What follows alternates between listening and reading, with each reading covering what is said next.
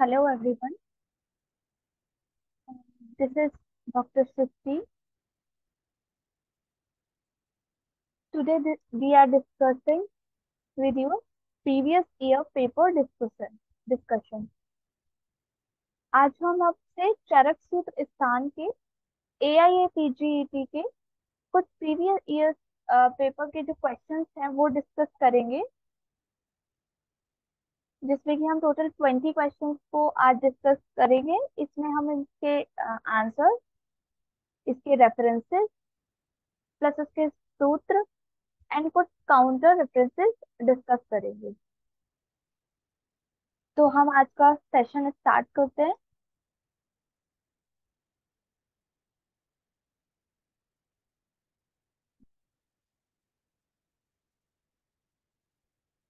तो आज के सेशन का फर्स्ट क्वेश्चन है, according to Charak Samhita which of the following मात्रा ऑफ स्नेह पान इज मेंशन्ड एज दोष अनुकर्षणी। चरक संहिता के अनुसार निम्नलिखित में से स्नेह पान की कौन सी मात्रा के लिए दोष अनुकर्षणी कहा गया है। इसमें पूछा गया है कि जैसे हमारी जो स्नेह की जो मात्राएं बोली गई हैं, उसमें कौन सी एक स्पेसिफिक मात्रा है जिसको दोषानुकर्षणी कही गई है। ठीक है, तो हमारे ऑप्शंस हैं, ऑप्शन नंबर 1 विश्व मात्रा, सेकंड वन इज मध्यम मात्रा, थर्ड इज उत्तम मात्रा एंड फोर्थ इज हृदय मात्रा। तो फोर ऑप्शंस है। चार प्रकार की हमारी स्नेह की मात्राएं होती है। इसमें कौन सी मात्रा के लिए दोषानुकर्षणी बोला गया है। इसका रेफरेंस है चरक सूत्र 13/34। इसने अध्याय से ये क्वेश्चन पुट अप हुआ है। तो हम इसके आंसर देखेंगे। इसका आंसर है ऑप्शन नंबर 3 उत्तम मात्रा। उत्तम मात्रा को क्या कहा गया है, दोष अनुकर्षणी उत्तम मात्रा के लिए कहा गया है। नेक्स्ट इसका एक्सप्लेनेशन देखेंगे। यहाँ पे हमारी ये मात्राओं के बारे में हमने डिस्क्राइब किया गया है। स्नेह की उत्तम मात्रा, स्नेह की मध्यम मात्रा, स्नेह की ह्रस्व मात्रा। तो स्नेह की उत्तम मात्रा के लिए कौन कौन योग्य होता है, किसको स्नेह की उत्तम मात्रा दी जानी चाहिए। तो पावकश्च उत्तम बल, जिसका जो अग्नि है उसका बल जो है वो उत्तम हो, पावक का जो बल है वो उत्तम है। ठीक है। क्षुत पिपासा सह। ठीक है। गुल्मिन गुल्मनः सर्प दृष्टः विसर्पश्च। गुल्म में, सर्प दृष्ट में और विसर्प में, कृच्छ मूत्रश्च मूत्र कृच्छ में, प्लस गाढ़ वर्चस्व गाढ़ वर्च में। तो इसमें जो है स्नेह की उत्तम मात्रा के ये योग्य होते हैं। तो अगर गुल्म है, सर्प दृष्ट है, विसर्प है, मूत्र कृच्छ है, गाढ़ वर्ज है, तो उसमें हमें क्या करना है, स्नेह की उत्तम मात्रा का प्रयोग करना है। स्नेह की उत्तम मात्रा के गुण क्या होते हैं। स्नेह की उत्तम मात्रा के गुण होते हैं, जिसपे क्वेश्चन पुट अप हुआ है, दोषानुकर्षणी बोला गया है। दोषानुकर्षणी मात्रा सर्व मार्ग अनुसारिणी बल्यः पुनर्नवकरी शरीरेंद्रिय चेतसा। ठीक है। तो ये हमारी स्नेह की उत्तम मात्रा के लिए बोला गया है। ठीक है। ठीक। स्नेह की जो मध्यम मात्रा है उसके लिए कौन कौन योग्य है। कुष्ठी, प्रमीणो, वात शोणित, मृदु कोष्ठ। तो जो कुष्ठ का कुष्ठी हो, जो प्रमेह का पेशेंट हो, कोई वात शोणित से पीड़ित है, किसी का जो कोष्ठ है वो मृदु कोष्ठी है, तो उसको हमें क्या है, उस स्नेह की मध्यम मात्रा का प्रयोग कराना है। अब इसके स्नेह की मध्यम मात्रा के गुण क्या होते हैं। मात्रेशा मंद्र विभ्रंशः चा अति ना चा अति बलहारिणी सुकेन चा स्नेहति शोधनार्थे चा युज्यते। तो मध्यम मात्रा जो होती है वो बहुत ज्यादा उपद्रव करने वाली नहीं होती है। ठीक है, उससे क्या है, अधिक उपद्रव होने की संभावना नहीं रहती है। इसीलिए इसको क्या बोला गया है, मंद विभ्रंशा। ठीक है। ये बल को जो है अधिक रूप से कम नहीं कही करती है। ठीक है, बल को जो है घटाएगी नहीं अधिक रूप से। तो ना चाहती बलहारिणी। ठीक है। सुख से शरीर का स्नेहन करने वाली है, तो सुखेन चा स्नेयति। ठीक है। शोधन के लिए हम इसका स्नेह की मध्यम मात्रा का प्रयोग करते हैं। तो शोधनार्थे च युज्यते मध्यम मात्रा, मंद विवरण च मध्यम मात्रा, सुखेन च स्नेहति मध्यम मात्रा। ठीक है। नेक्स्ट देखते हैं स्नेह की ह्रस्व मात्रा के लिए क्या बोला गया है। रिक्तकोत् महितम ये शाम मंदा प्रयन ये ज्वर अतिसार काशश्च। किसमें इसका इसमें की ह्रस्व मात्रा का प्रयोग हमें किसमें करना है। इसमें की ह्रस्व मात्रा का प्रयोग सुकुमार, बालक, ठीक है, और जो सुकोचितः, रिक्त कोष्ठी जो होते हैं उसके उसमें भी जो है हमारा इसमें की मध्य मात्रा का प्रयोग किया गया है। यहाँ पे ये रिक्त कोष्ठ आएगा, रिक्त कोष्ठ महित। जो रिक्त कोष्ठ वाले होते हैं, ठीक है, जिनका कोष्ठ खाली हो जाने, जिन व्यक्ति को कोष्ठ खाली हो जाने पर अधिक कष्ट होता है, जो मंदाग्नि वाले पुरुष होते हैं, ठीक है, उनको क्या देनी चाहिए हमें, ह्रस्व मात्रा का प्रयोग कराना चाहिए। ज्वर काश अतिसार में भी ह्रस्व मात्रा का प्रयोग कराना चाहिए। ह्रस्व मात्रा के गुण क्या होते हैं, तो इससे क्या होगा, इसके सेवन किए जाने से स्नेह के गुण क्या आएंगे। परिहारे सुखाश्च मात्रा स्नेहन ब्रंगणी, वृषा, वृषा बल्या, ये बल्या आएगा यहाँ पर, वृषा बल्या निर्बाधा चिरम चाप्य अनुवर्तते। क्या बोल रहे हैं यहाँ पे, जो परिहार काल में सुगम हो, ठीक है, और जो शरीर का स्नेहन और व्रंगण करती हो, मात्रा स्नेहनम व्रंगणी, ठीक है, जो वृश्य हो, जो बल्य हो, ठीक है, और निर्बाधा चिरम च अप्य अनुवर्तते, जो शरीर में बहुत दिनों तक बहुत दिनों तक उसके गुण बने रहे, ठीक है। तो हमारी वो ह्रस्व मात्रा के गुण हो गए, ठीक है। तो वृश्य और बल्ले, जो ह्रस्व मात्रा है वो वृश्य और बल्ले दोनों है, ठीक है। और जो हमारी ये स्नेह की उत्तम मात्रा है ये ओनली बल्ले है, ठीक है, हमें ये पॉइंट याद रखना है। नेक्स्ट क्वेश्चन पे मूव करेंगे। क्वेश्चन नंबर सेकंड है, चरक यूजेस द टर्म अश्व आवृतम टू डिस्क्राइब। चरक ने अश्मावृतम यथा शब्द का प्रयोग के वर्णन के लिए कहा है। किसके लिए इन्होंने अश्मावृतन शब्द का प्रयोग किया गया है। तो इसके ऑप्शन है कफज वस्ती रोग, सेकंड इज कफज हृदय रोग, थर्ड इज कफज शिरो रोग, एंड फोर्थ वन इज पित्तज हृदय रोग। तो इसका रेफरेंस है चरक संहिता सूत्र स्थान 17/35। ओके, की अंतःशिरीष अध्याय 17 है हमारा चैप्टर। इसका आंसर होगा कफज हृदय रोग। तो अश्म आवृतम यथा शब्द का प्रयोग कफज हृदय रोग के लिए किया गया है। अब इसमें हम कुछ एक्सप्लेनेशन देखेंगे, कुछ काउंटर रेफरेंसेस देखेंगे। तो कफज हृदय रोग का लक्षण क्या आता है, हृदयम कफ हृदय रोगे सुप्तम स्तैमित भारिकम तंद्रारुचि तंद्रा अरुचि परितस्य भवत्य अश्म आवृतम यथा। ठीक है, तो ये अश्म आवृतम यथा कफज हृदय रोग के लिए है।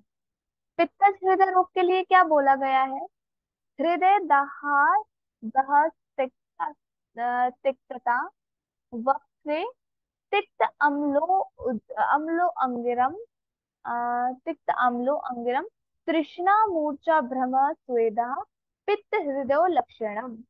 ठीक है, और कफज शिरो रोग के लिए क्या बोला गया है, शिरो मंद रुजम तेन सुप्तम सैमित भारिकम भवत्युपद्यते तंद्रा तथा आलस्य आरोचकम। ठीक है, तथा आलस्यम आरोचित। तो ये यहाँ पे हमने काउंटर रेफरेंसेस यहाँ पे कफज हृदय रोग को डिफरेंशिएट किया है प्रत्यक्ष हृदय रोग से। और कफज हृदय रोग के साथ साथ हमने कफज शिरो रोग का लक्षण भी लिखा है, क्योंकि यहाँ पे भी सुप्तम स्तिमित भारिकम है, यहाँ पे भी सुप्तम स्तिमित भारिकम है, बट यहाँ पे क्या है, शिरो मंद रुजम। जो शिरो रोग होगा उसमें शिरो मंद रुजा होगा, ठीक है, तंद्रा तथा आलस्यम आरोचकम होगा। नेक्स्ट क्वेश्चन पे मूव करते हैं। तो क्वेश्चन नंबर थर्ड है, ये association and reasoning type question है। तो इसमें जो एसोसिएशन है उस उसमें क्या दे रखा है, आचार्य चरक के अनुसार अति स्थूल व्यक्ति कृच्छ विवाहिता होती है। ठीक है, इसका रीजन क्या बोला गया है? आचार्य चरक के अनुसार अति स्थूल व्यक्ति में वात वृद्धि के फलस्वरूप तीक्ष्ण अग्नि होती है। उपयुक्त कथनों के आलोक में निम्नलिखित विकल्पों में से सही उत्तर चुनें। ठीक है, तो हमने यहाँ पे इसका assertion देखा, रीजन देखा, अब देख सकते हैं इसके option.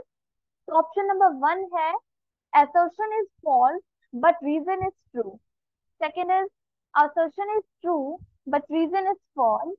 And third one is both assertion and reason are true and R is the correct explanation of A. Option number fourth is both assertion and reasons are true but R is not the correct explanation of A. ठीक है, इसका reference जो है वो चरक संहिता सूत्र स्थान 21/4 है। तो हम इसका आंसर देखेंगे। इसका आंसर ये है कि both assertion and reasons are true but reason is not the correct explanation of assertion। ठीक है, तो जो अति स्थूल व्यक्ति होती है उसको कृच्छ विवाहिता उसको होती है। ठीक है, और बट लेकिन जो है और जो है इसका रीजन भी ठीक, ये रीजन वाला स्टेटमेंट भी ठीक दे रखा है बट वो उसका करेक्ट एक्सप्लेनेशन का करेक्ट रीजन नहीं। एक्सप्लेनेशन देखेंगे तो अति स्थूल और अति कृष पुरुष जो बोले गए हैं वो निंदित में आते हैं, अष्टनिंदित पुरुष में। ठीक है, तो उसके होने में कुछ विशेष कारण रहते हैं, 8 कारण बताए गए हैं उसमें। तो क्या क्या बोले गए हैं उसमें?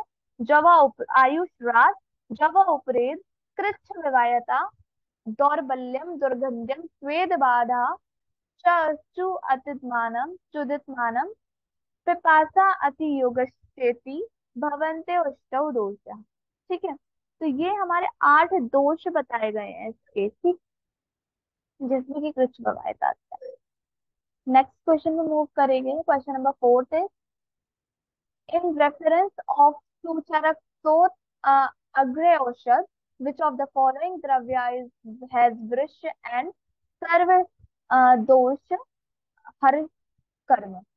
तो चरकोक्त अग्रय औषध में कौन से द्रव्य का कर्म वृक्ष एवं सर्वदोषहर होता है?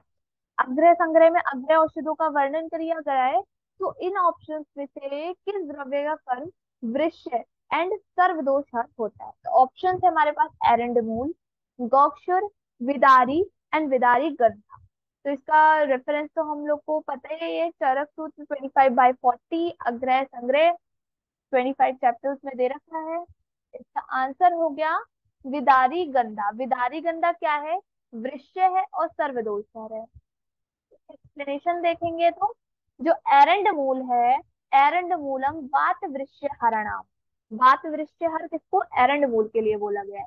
विलाधी गंधा जो है वृक्ष सर्वदोष हरणाम, खदिर कुष्ठग्नानाम, गौक्षर को मूत्र कृच अनिल हरणाम, मूत्र कृच अनिल हरणाम फॉर गौक्षर। नेक्स्ट क्वेश्चन में मूव करेंगे। According to Charak the drug of choice for the patient suffering from हिक्का कास हिक्का श्वास कास पार्श्व, हिक्का कास श्वास के साथ पार्श्व से पीड़ित रोगी के लिए उत्तम औषध है।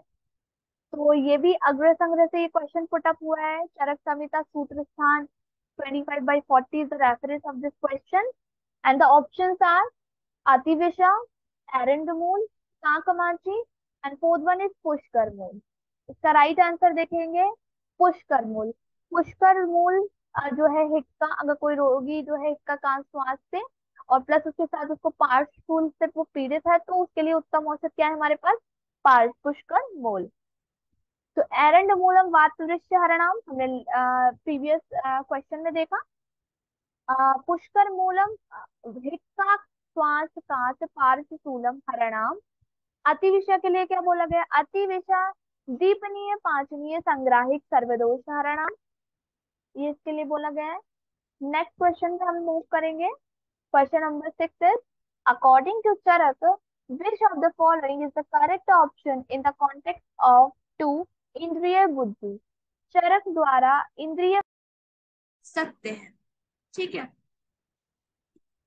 तो यहाँ पे इसके ऑप्शंस बोले गए हैं क्षणिक, सेकंड इज नित्य, थर्ड इज विकल्पजा एंड फोर्थ वन इज व्यवसाय विका। ठीक है, तो इसका रेफरेंस है चरक संहिता सूत्र स्थान 8/12। इसका आंसर होगा क्षणिक। ठीक है, इंद्रिय बुद्धि के लिए क्षणिक। ठीक है, इसका एक्सप्लेनेशन देंगे, देखेंगे। पंच इंद्रिय बुद्धियां चक्षु बुद्धि आदिका ता पुनरिंद्रियो इंद्रिय अर्थ सत्व सत्वात्म सन्निकर्षजा क्षणिका निश्चयात्मिक। ठीक है, तो जो इसमें क्या बोला गया है, जो चक्षु बुद्धि आदि जो पांच इंद्रिय, पांच इंद्रिय बुद्धि। पांच इंद्रिय बुद्धि है, ये बुद्धियां जो होती है वो इंद्रिय और इंद्रियों के अर्थ, मन और आत्मा के सन्निकर्ष से उत्पन्न होती है। ठीक है, ये बोला गया ना, पुरन इंद्रियो इंद्रिय सत्व आत्मा सन्निकर्षजा। ठीक है, ये बुद्धियां क्षणिक और निश्चयात्मक भेद से दो प्रकार की होती है। कितने प्रकार की होगी बुद्धि? क्षणिक और निश्चयात्मक। तो हमारे पास वहां पे ऑप्शन क्या था? क्षणिक था, निश्चयात्मक नहीं था, ये व्यवसायत्मक है। निश्चयात्मक होता तो हम देखते हैं। ठीक है, तो बुद्धियां दो प्रकार की हो गई। ठीक है,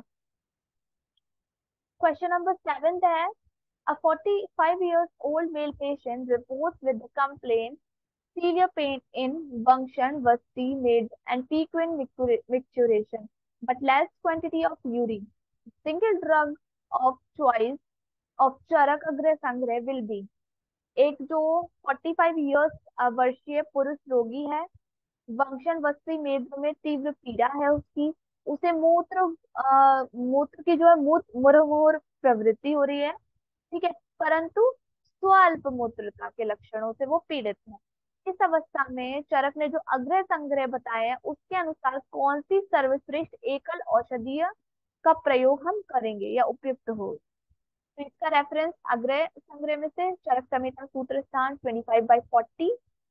ऑप्शंस क्या है? अम्लवेतर, सेकंड इज गॉक्शो, थर्ड इज हेगु निर्यास एंड फोर्थ वन इज पुष्कर। तो इसका राइट आंसर देखेंगे हम, राइट आंसर होगा गॉक्सर। इस सिनेरियो में हम गॉक्सर का एक यूज करेंगे। इस एक्सप्लेनेशन देखते हैं। पुष्कर मूल के लिए क्या बोला गया था? हिक्का श्वास काश पार्शूलम हरणाम। गॉक्सर क्या है? गॉक्सर मूत्र कृच अनिल हरणाम। ठीक है, अम्ल वेद जो वहां पे बोला गया है ना, मोहर मोहर मूत्र के प्रति स्वल्प। ठीक है, तो मूत्र कृच अनिल हरणाम। अम्ल वेदसो भेदनीय दीपनीय अनुलोमिक वात श्लेष हरणाम। ठीक है, नेक्स्ट क्वेश्चन में मूव करते हैं। According to Charak Samhita, external application of पंचकोल and pullets over breast is indicated for the management of which of the following of स्तन्य दृष्टि? चरक संहिता अनुसार स्तन्य पर पंचकोल और कुलत का बाह्यलेप निम्नलिखित किस स्तन्य दृष्टि की चिकित्सा में निर्देश है? तो गुरु first option, second is pain संघात, थर्ड वन इज वैरस्यता, फोर्थ वन इज वैवर्ण्यता। ठीक है, 8 प्रकार की स्तन्य दृष्टि बोली गई है, तो हम ये पंचकोल और कुलत का प्रयोग बाह्यलेप किस कौन सी स्तन्य दृष्टि में करेंगे? आंसर इज वैरस्यता, वैरस्यता में हम इसमें यूज करेंगे। नेक्स्ट क्वेश्चन में मूव करते हैं। क्वेश्चन नंबर 9 है, according to Charak which of the following इसने इज स्पेसिफिकली इंडिकेटेड फॉर वृष्ट योनि? चरक के मत अनुसार निम्नलिखित में से कौन सा इसमें वृष्ट योनि के लिए निर्देशित है? तो इसका रेफरेंस है चरक संहिता सूत्र स्थान 13/11। ऑप्शंस है घृत, सेकंड इज मज्जा, थर्ड इज टेलर एंड फोर्थ वन इज वसा। राइट आंसर है इसका वसा, fourth option is correct. Explanation पे जाएंगे तो हम देखेंगे घृत के गुण के लिए क्या बोला है? घृतम पित्तन अनिल हरम। रस रसक रस इसमें शायद कुछ mistake है। घृतम पित्तन अनिल हरम रसज की जसाम हितम निर्वापणम मधुकरम स्वर वर्ण प्रसादम प्रसादिनम। तो घृत के लिए क्या बोला गया है? एक तो बोला गया है घृतम पित्त अनिल हरम, ठीक है, और निर्वापणम मृदुकरम स्वर वर्ण प्रसादनम। स्वर्ण वर्ण प्रसादनम किसके लिए आया है? घृत के लिए आया है। तैल के क्या गुण बोले गए हैं? मारुक जनम नाचा श्लेष्म वर्धनम, बलवर्धनम। नाचा श्लेष्म वर्धनम, बलवर्धनम। स्वच्छ उष्णम, उष्णम। स्थिरकरम तैलम योनि विशोधनम। जो मोस्टली क्वेश्चन एग्जाम में पूछा जाता है तो वो एक योनि विशोधन, योनि विशोधन किसका गुण बोला गया है, वो तैल का बोला गया है। और हमारा क्वेश्चन किससे पूछा हुआ है, भ्रिष्ट योनि किसके लिए पूछा गया है। तो वसा के जो गुण है, विदग्ध भग्नाहत भ्रिष्ट योनि कर्ण शिरोरुचि पौरुष्य उपचय स्नेहे व्यायामे चेष्यते वसा। तो भ्रिष्ट योनि किसके लिए आया है, वो वसा के लिए आया है। तैलम योनि विशोधनम, तैल के लिए आया है योनि विशोधन, ठीक है। मज्जा के गुण में क्या बोला गया है, बल शुक्र रस श्लेष्म मेदो मज्जा विवर्धन, विवर्धन। मज्जा विशेषतो अस्थानाम चा बलकृत स्नेहने हिता, ठीक है। ये मज्जा के गुण। नेक्स्ट क्वेश्चन पे मूव करेंगे। Question number 10 is according to Charak which of the following स्नेह मात्रा इज इंडिकेटेड इन ज्वर अतिसार एंड कास। स्नेह की कौन सी मात्रा चरक के मत अनुसार ज्वर कास और अतिसार के लिए इंडिकेट है, ठीक है। तो ऑप्शन है ऋतु मात्रा, सेकंड इज ह्रस्व मात्रा, थर्ड इज मध्यम मात्रा एंड फोर्थ वन इज उत्तम मात्रा।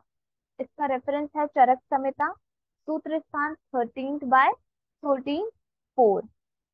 आंसर होगा उत्तम मात्रा। ज्वर का अतिसार के लिए कौन सी मात्रा इंडिकेटेड है, उत्तम मात्रा। वही सेम हमने लास्ट प्रीवियस क्वेश्चन में भी पढ़ा था। हमने डिस्कस किए थे गुण उत्तम स्नेह के, मध्यम मात्रा स्नेह के, ह्रस्व मात्रा के, ठीक है। तो उत्तम मात्रा में क्या बोला गया है, ठीक है, ज्वर का अतिसार के लिए, सॉरी, इसका आंसर ये यहाँ पे गलत हो गया है। ज्वर का अतिसार, ज्वर कास और अतिसार में इधर आपको पता चलेगा, ज्वर कास और अतिसार में इससे की ह्रस्व मात्रा का प्रयोग होता है, ठीक है। उत्तम मात्रा में नहीं होता है, क्वेश्चन में वो मिस्टेकन हो गया आंसर। तो ज्वर कास और अतिसार में कौन सी मात्रा का प्रयोग होगा, इसलिए की ह्रस्व मात्रा। अकॉर्डिंग टू चरक, मूर्छा च शरीर सदनम इज द अतियोग for which of the following. Charak मतानुसार निम्नलिखित में से मूर्छा च शरीर सदनम किस अतियोग का लक्षण है, ठीक है। तो निरुवस्ती का, स्नेहन का, स्वेदन का, या फिर विरेचन। इसका रेफरेंस है चरक संहिता सूत्र स्थान 13/16। इसका राइट आंसर है स्नेहन। स्नेहन के अतियोग का लक्षण है मूर्छा का शरीर सदनम। According to Charaka, consumption of dahi या और curd in the night causes which of the following disease.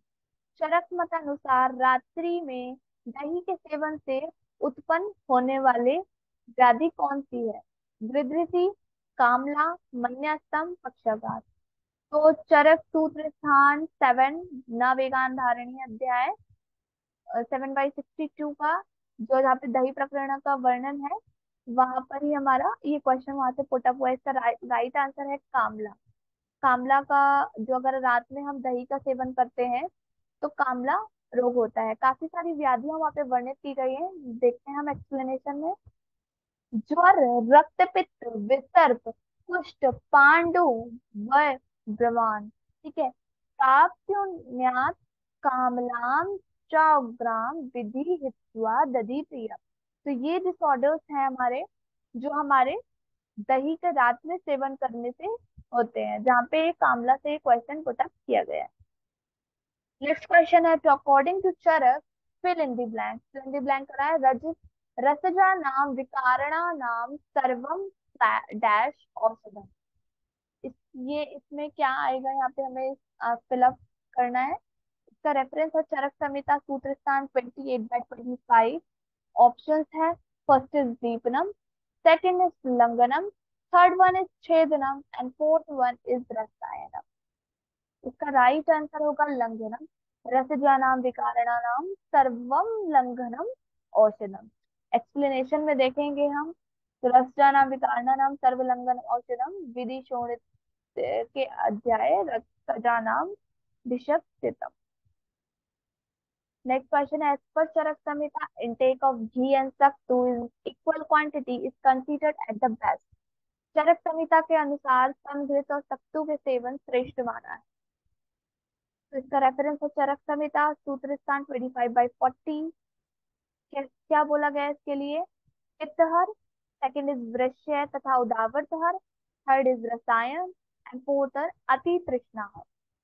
तो इसका आंसर है समृद्ध और सत्तू के सेवन से क्या होता है? वृश्य, वृश्य है ये हमारे लिए, और उदावत हर है। एक्सप्लेनेशन में देखेंगे। समृद्ध समृद्ध सत्तु प्राश्याभ्यासो वृश्य उदावत हरणाम। और शीर्घृत अभ्यास के लिए रसायन जो बोला गया है, वो शीर्घृत का अगर अभ्यास करते हैं तो वो रसायन की तरह एक्ट करता है, तो शीर्घृत अभ्यास और रसायन आना। नेक्स्ट क्वेश्चन में मूव करेंगे, question number 15। How many types of पांडुरोग have been mentioned by Acharya Charaka. Acharya Charaka ने पांडुरोग के कितने प्रकार बताए? तो ये इसका रेफरेंस है चरक संहिता सूत्र 19/4 एंड ऑप्शंस आर 5, 6, 4 एंड 8। इसका राइट आंसर है 5। पांडु के हमें पता है 5 प्रकार होते हैं। नेक्स्ट क्वेश्चन है क्वेश्चन नंबर 16। वली पलित और खालित्य किस रोग के अति सेवन से होता है? कषाय रस के सेवन से, तिक्त रस के सेवन से, अम्ल रस के सेवन से एंड लवण रस के सेवन से। इसका रेफरेंस है चरक संहिता सूत्र स्थान 26/43। यहाँ पे जो है बहुत सारे रोग बताए गए हैं और बताया गया है कि कौन से रस से कौन कौन सा रोग हो सकता है अगर उस रस का हम अत्यधिक सेवन करते हैं। तो वली पलित खालित्य किस रोग रस के सेवन से होता है? इसका ऑप्शन है, आंसर है लवण रस के सेवन। नेक्स्ट क्वेश्चन है question number 17। According to Acharya Charak which one is not a symptom of व्यायाम। आचार्य चरक के अनुसार निम्नलिखित में से कौन सा व्यायाम का लक्षण नहीं है? तो चरक संहिता सूत्र स्थान 7/33 से क्वेश्चन पुट अप हुआ है। ऑप्शन नंबर 1 है स्वेद आगमन, सेकंड इज श्वास वृद्धि, थर्ड वन इज विनाम, फोर्थ वन इज गात्राणाम लाघव। तो ऑप्शन आंसर इसका क्लियर है, विनाम इज नॉट द लक्षण और सिम्टम ऑफ व्यायाम। तो क्या होता है व्यायाम का लक्षण? व्यायाम का लक्षण होता है स्वेद आगम, स्वाद वृद्धि, गात्राणाम लाघवम तथा हृदय उपरोधश्च इति व्यायाम लक्षणम। नेक्स्ट क्वेश्चन है question number 18। The individual whose bones become weak and light, they suffer from Vedic disease is due to depletion of which of the following धातु। इसमें कंडीशन अप्लाइड है और पूछा गया है ये किस क्षय के कारण होता है। तो जिन मनुष्य की अस्थियां दुर्बल एवं लघु हो जाती हैं तथा वे वात विकारों से पीड़ित रहते हैं, वे कौन से धातु के क्षय के कारण होती है? तो फर्स्ट वन इज अस्थि क्षय, सेकेंड इज मांस क्षय, थर्ड इज मज्जा क्षय एंड फोर्थ वन इज शुक्र क्षय। इसका रेफरेंस है चरक संहिता सूत्र स्थान 17/68 एंड राइट आंसर इज मज्जा क्षय। मज्जा क्षय में ही बोला गया है कि जो है वातिक डिसऑर्डर होंगे उसको, और उसकी अस्थियां कैसी हो जाएंगी? दुर्बल और लघु हो जाएगी। एक्सप्लेनेशन देंगे, देखेंगे मांस क्षय के लिए क्या बोला गया है। मांस क्षय विशेषण स्पीक ग्रीवा उदर शुष्कता। कहाँ पे शुष्कता आ जाएगी? स्पीक, उदर और ग्रीवा के एरिया पे मांस क्षय में शुष्कता है। अस्थि क्षय के लिए क्या बोला गया है? केश लोम नख श्रमश्रु द्विज प्रपतनम श्रमः गया अतिशय लिंगम संधि शैथिल्यमेव च। तो इसके लिए इसमें क्या क्या इंडिकेशन, इसमें क्या क्या बोला गया है? केश लोम नख समश्रु द्विज जो है वो सब गिर जाएंगे, प्रपतन हो जाएगा आंसर, ठीक है। श्रम होगा और संधि शैथिल्य, शैथिल्य इसमें हमें फीचर देखने मिलेगा। मज्जा क्षय के लक्षण में क्या बोला गया है? शीर्यन्ते इव च अस्थिनि दुर्बलानि लघूनि च प्रततम वात रोगिणी क्षीणे मज्जाहिनी देहिना। क्या क्या होगा, वही सेम, अस्थि दुर्बल और लघु होंगी, क्षीण हो जाएगा। प्रततम वात रोगिणी, ये बोला गया है मज्जा क्षय के लिए, वात रोग से पीड़ित रहेगा patient। शुक्र क्षय के लक्षण के लिए वो क्या बोला गया है, दौर्बल्यम शोषस्य पांडुत्वम सदनम श्रमः क्लैव्यम सुर्ख विसर्गश्च क्षीण शुक्रस्य लक्षण। नेक्स्ट क्वेश्चन पर मूव करेंगे। क्वेश्चन नंबर 19 है, हेतुः पूर्ण रूपाणि रूपाण्य अल्पानि यस्य च। ये जो है किस कैसी व्याधि के लिए ये इंडिकेटेड, ये रिलेटेड है किस व्याधि से, ये जो एक सूत्र दे रखा है ये रिलेटेड। तो फर्स्ट इज सुखसाध्य व्याधि, थर्ड सेकंड इज कष्ट साध्य व्याधि, थर्ड इज असाध्य व्याधि, एंड फोर्थ वन इज याप्य व्याधि।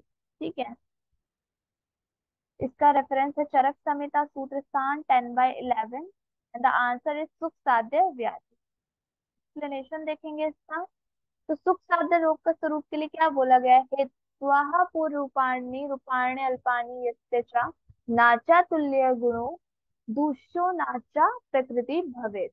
ठीक है, ना तो तुल्य गुण के होने चाहिए और तुल्य गुण दोष के होना चाहिए, और ना ही दोष प्रकृति के। ठीक है, दूष्य और दोष। पृच्छद साध्य रोगों के लिए क्या बोला गया है, विद्यात एक प्रथम रोगम, एक पद का रोग हो। ठीक है, ना अति पूर्व पूर्ण चतुष्पादम, अगर वो उसके जो है चतुष्पाद पूर्ण नहीं है तो कृच्छ साध्य हो जाएगा वो रोग।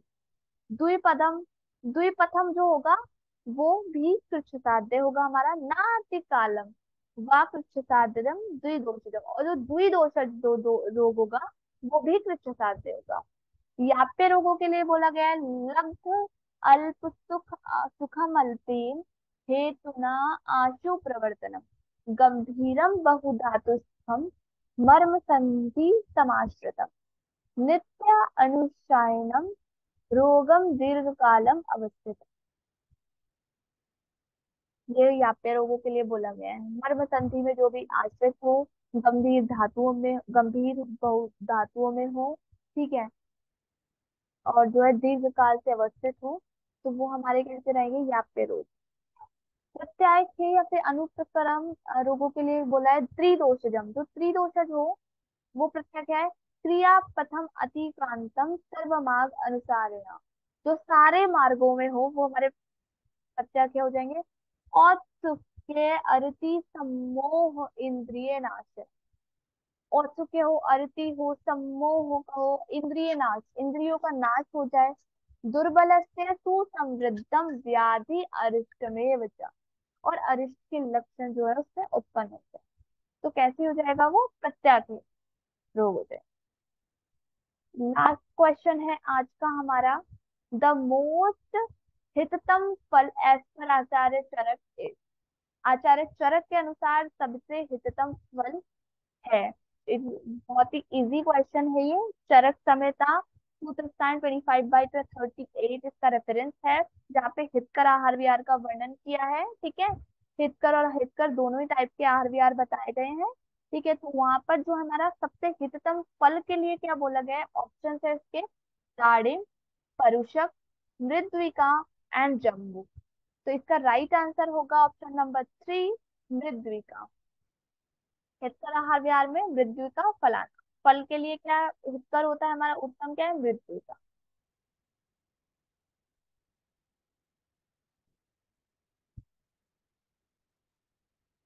तो हमने यहाँ पर आज ये टोटल 20 क्वेश्चंस डिस्कस किए हैं, जो कि हम सारे प्रीवियस ईयर क्वेश्चन पेपर में से हमने चरक सूत्र स्थान के क्वेश्चन कंपाइल किए थे। जो भी प्रीवियस ईयर क्वेश्चन में चरक सूत्र स्थान से क्वेश्चन पुट अप हुए हैं, वो सभी हमने यहाँ पर कंपाइल करके आपसे उसके आंसर, उसके रेफरेंसेस, उसके सूत्र प्लस उसके कुछ काउंटर सूत्र रेफरेंसेस हमने डिस्कस किए। तो आई होप आप सबको ये सेशन अच्छा लगा हो। तो आज का सेशन हम यहीं पर ही क्लोज करते हैं। Thank you so much all of you.